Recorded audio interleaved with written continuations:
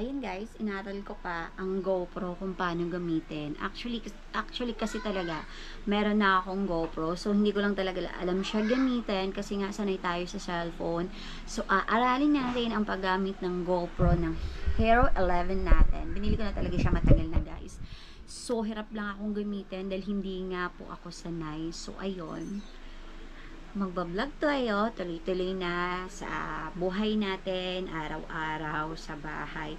So, hopefully guys, supportahan nyo ako sa aking vlog, tuloy-tuloy na to. Sana Lord, hindi na aatake sa akin yung anxiety. Lord, yun talaga yung nagpapapigil sa akin yung anxiety attack. Nagkakaroon kasi ako ng anxiety. Ang dami ko iniisip ko ano sasabihin ng ibang tao, ano mangyayari, mga ganun. Alam mo yung overthinker ka na sa buhay, lalo pang napapalala.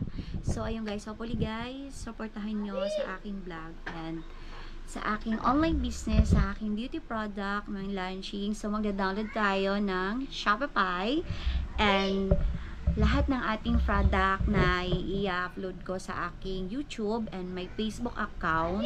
Hopefully, support nyo ako guys.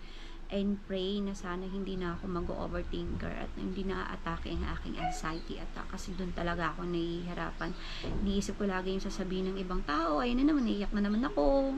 Kaya hindi ko siya natutuloy ang aking pag-vlog kasi nga overthinker ako. Naiisip ko yung sasabihin ng iba. So, ayun, hopefully guys, sa pagbabalik ko ay magiging tuloy-tuloy na siya. And support me sa aking YouTube channel. Maliit pa lang ako, maliit pa na aking YouTube channel. So, support nyo ako guys.